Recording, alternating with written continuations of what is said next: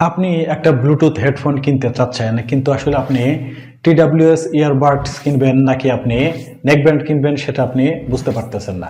তো ফ্রেন্ডস, আজকের এই ভিডিওতে আমি আপনাদের সাথে এই দুইটা হেডফোনেরই সুবিধা অসুবিধা এবং ভালো মন্দ সবকিছু দিক নিয়ে আলোচনা করব।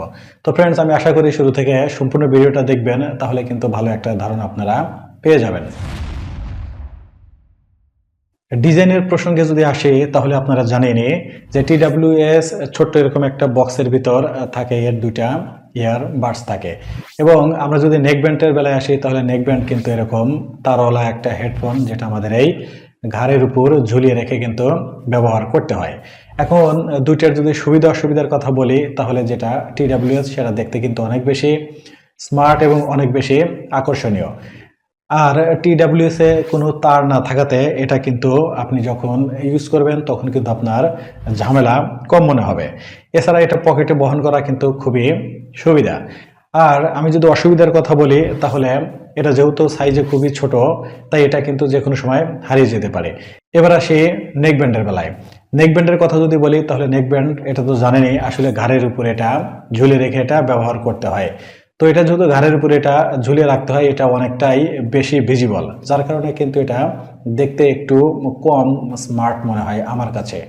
কিন্তু এর কিছু সুবিধা আছে। সুবিধা হলো এটা যেহেতু আপনি ঘাড়ের উপর ঝুলিয়ে রেখে ব্যবহার করবেন, তাই এটা কিন্তু হারিয়ে যাওয়ার সম্ভাবনা কিন্তু খুবই কম।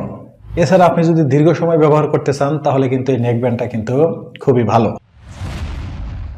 ব্যাটারি ব্যাকআপের প্রসঙ্গে যদি আসি তাহলে এক্ষেত্রে কিন্তু আমরা অবশ্যই নেকব্যান্ডকেই এগিয়ে রাখবো। কারণ এই নেকব্যান্ড হেডফোনগুলা এগুলা একবার যদি চার্জ দেওয়া হয় তাহলে এটা কিন্তু অনায়াসে 40 থেকে 70 ঘন্টা পর্যন্ত এটা ব্যাটারি ব্যাকআপ দিবে। আর যদি TWS এর কথা বলি তাহলে TWS এটা কিন্তু যে বাডসগুলো থাকে, এই বাডস দুইটা আপনার সর্বোচ্চ 3 থেকে 4 ঘন্টা ব্যাকআপ দিবে, এবং এর যে কেস আছে কেস সহ মোটামুটি এটা 30 থেকে 40 ঘন্টা ব্যাটারি ব্যাকআপ দিবে। এখন দুইটার যদি সুবিধা অসুবিধার কথা আলোচনা করি তাহলে কিন্তু সেক্ষেত্রে নেকব্যান্ডটি এগিয়ে থাকবে, কারণ এটা যেহেতু অনেকক্ষণ চার্জ ধরে রাখতে পারে, তাই আপনি যদি একবার চার্জ দিয়ে রাখেন তাহলে কিন্তু মোটামুটি 2-3 দিন আপনার চার্জের আর কোনো ঝামেলা নেই। আর TWS এর ক্ষেত্রে যেটা হয় সেটা হলো যে আপনি যদি একবার চার্জ দেন, চার্জ দেওয়ার পরে যদি কোনো কারণবশত আপনি যদি এর যে চার্জিং কেসটা আছে সেটা যদি সাথে না রাখেন তাহলে কিন্তু আপনার ইয়ারবাডস কিন্তু 2-3 থেকে 4 ঘন্টা পরে কিন্তু আর এটা ব্যবহার করতে পারবেন না। সাউন্ড কোয়ালিটির প্রসঙ্গে আসলে এটা কিন্তু অনেক সময় এটা তার প্রাইসের উপর ডিপেন্ড করে।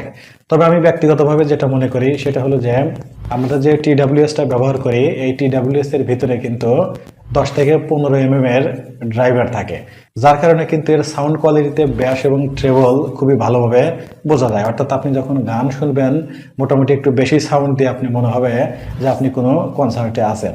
অর্থাৎ এর সাউন্ড কোয়ালিটিটা কিন্তু খুবই ভালো।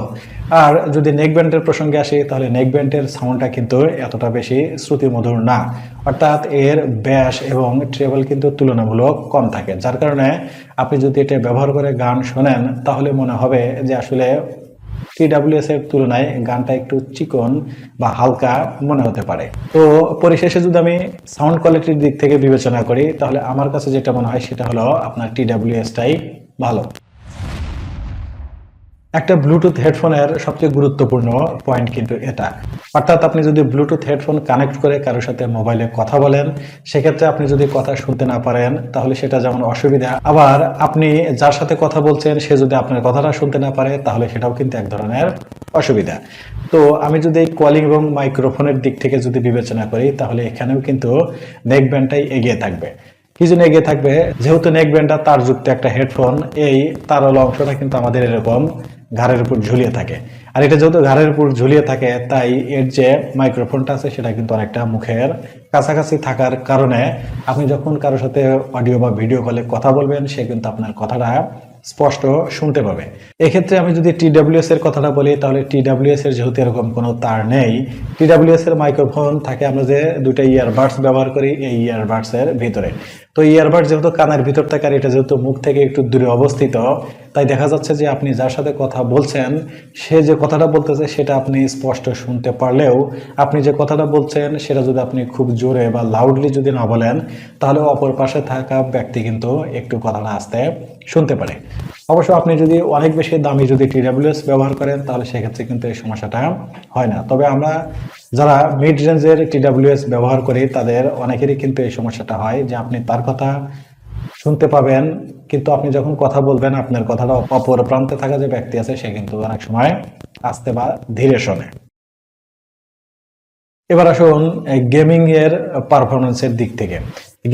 পারফরমেন্সের দিক থেকে আমি যদি বিবেচনা করি তাহলে সেক্ষেত্রে কিন্তু আপনার TWS টাই এগিয়ে থাকবে, কারণ TWS এ কিন্তু আলাদা গেমিং মোড থাকে, কিন্তু সাধারণ যে নেক ব্যান্ড গুলো আছে সেগুলোতে কিন্তু অনেক সময় এই গেমিং কোনো মোড থাকে না। তাই এই গেমিংস এর জন্য আমি মনে করি TWS টাই ভালো। এবার আসুন অডিও লেটেন্সিতে। অডিও লেটেন্সির এই বিষয়টা যদি আমি বিবেচনা করি তাহলে সেক্ষেত্রে কিন্তু নেক ব্যান্ডটা ভালো, কারণ আমরা যখন ব্লুটুথ হেডফোন কানেক্ট করে যখন আমরা কথা বলি বা গেমস খেলি যেটাই করি না কেন, এই ব্লুটুথ হেডফোনের অডিওটা যদি ভিডিওর সাথে মিল না থাকে অর্থাৎ অডিওটা যদি পরে আসে তাহলে কিন্তু একদম কোনো মজা নেই। বিশেষ করে আমরা যখন গেমিংস করি তারা গেমস খেলার সময় যদি আপনি খেলতেছেন আগে বাট সাউন্ডটা যদি পরে আসতেছে তাহলে সেক্ষেত্রে কিন্তু আপনি গেমসে কিন্তু নিশ্চিত হেরে যাবেন, কারণ আপনি এটা বুঝতেই পারবেন না যে আসলে কি হচ্ছে। এখন এই লেটেন্সির দিক থেকে আমি যদি বিবেচনা করি তাহলে TWS এর লেটেন্সি সেটা 200 থেকে 300 মিলি সেকেন্ড হয়ে থাকে, আর নেক ব্যান্ডের লেটেন্সি সেটা কিন্তু 120 থেকে 150 পর্যন্ত হয়ে থাকে। তাহলে সেক্ষেত্রে বিবেচনা করলে কিন্তু নেক ব্যান্ডটাই কিন্তু ভালো, এখানে অডিও লেটেন্সিটা TWS এর চেয়ে তুলনামূলকভাবে কম হয়। এই স্টেবল কানেকশনের দিক থেকে যদি আমি বিবেচনা করি তাহলে সেক্ষেত্রে কিন্তু নেক ব্যান্ডটা ভালো, কারণ নেক ব্যান্ড ব্যবহার করে যখন আপনি অডিও ভিডিও কলে কথা বলুন বা আপনি যদি কোনো গান শোনেন তাহলে সেক্ষেত্রে কিন্তু এই নেক ব্যান্ডটা আছে সেটা কিন্তু স্টেবল একটা কানেকশন দেয়। সেক্ষেত্রে কিন্তু TWSটা একটু পিছিয়ে অনেক সময় দেখা যায় যে এটা অটোমেটিক্যালি ডিসকানেক্ট হয়ে যায়, আবার এটা কানেক্ট হয়। তো এই ঝামেলাগুলাই কিন্তু আপনি এটা ব্যবহার করলে কিন্তু মাঝে মাঝে পড়তে পারেন। সর্বশেষে যে বিষয়টা থাকলো সেটা হলো আসলে প্রাইস। এই যে প্রাইস আসলে কিন্তু ওইভাবে ডিটারমাইন করে কিছু বলা যাবে না, কারণ একদম 1500 টাকা থেকে শুরু করে 15,000 টাকা বা 20,000 25,000 টাকা দামেরও কিন্তু TWS হেডফোন আছে, আবার নেক ব্যান্ডও আছে।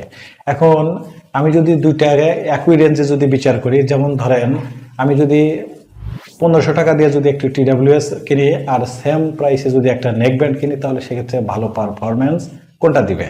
তো আমি যেটা বললাম সেটা হলো কিছু কিছু ক্ষেত্রে আপনার TWSটা ভালো পারফর্মিং করবে, আবার কিছু কিছু ক্ষেত্রে কিন্তু নেক ব্যান্ডটা ভালো পারফর্মিং করবে। তো এতক্ষণ যে বিষয়গুলো আমি আলোচনা করেছি আপনারা অবশ্যই বুঝতে পেরেছেন যে আসলে এক একটা সাইডে কিন্তু এক একটা হেডফোন কিন্তু ভালো। এখন আপনাকে বিবেচনা করতে হবে যে আসলে এই ব্লুটুথ হেডফোনটা আপনি কি কাজের জন্য ব্যবহার করবেন। আপনি যদি সবসময় যদি গান শোনেন বা কোনো মুভি দেখেন তাহলে সেক্ষেত্রে আমি মনে করব যে আপনার TWSটাই বেটার। আর আপনি যদি মনে করেন যে আপনি অনলাইনে কোনো ক্লাস নিচ্ছেন বা অনলাইনে কোনো ক্লাস দেখেন বা আপনি অনেক বেশি ব্যাটারি ব্যাকআপ চাচ্ছেন সেক্ষেত্রে কিন্তু আপনার নেক ব্যান্ডটাই ভালো। এখন উপরের এই দিকগুলো বিবেচনা করে আসলে আপনার ক্ষেত্রে কোনটা প্রযোজ্য অবশ্যই কিন্তু আপনি সেটাই সিলেক্ট করবেন। তো ফ্রেন্ডস, ভিডিওটা আর বেশি লেন্দি করছি না। ভিডিও শেষে আমি আপনাদের বলবো আপনারা আসলে কোন হেডফোন ব্যবহার করেন বা কোনো ধরনের কোনো সমস্যা ফেস করতেছেন কিনা সেটা কিন্তু অবশ্যই কিন্তু আমাকে কমেন্টস করে জানাবেন, আমি চেষ্টা করব সেটার সমাধান দেওয়ার জন্য। তো ফ্রেন্ডস, আপনাদের সাথে দেখা হবে পরবর্তী আবার নতুন কোনো ভিডিওতে। সে পর্যন্ত সবাই ভালো থাকবেন, সুস্থ থাকবেন। আল্লাহ হাফেজ।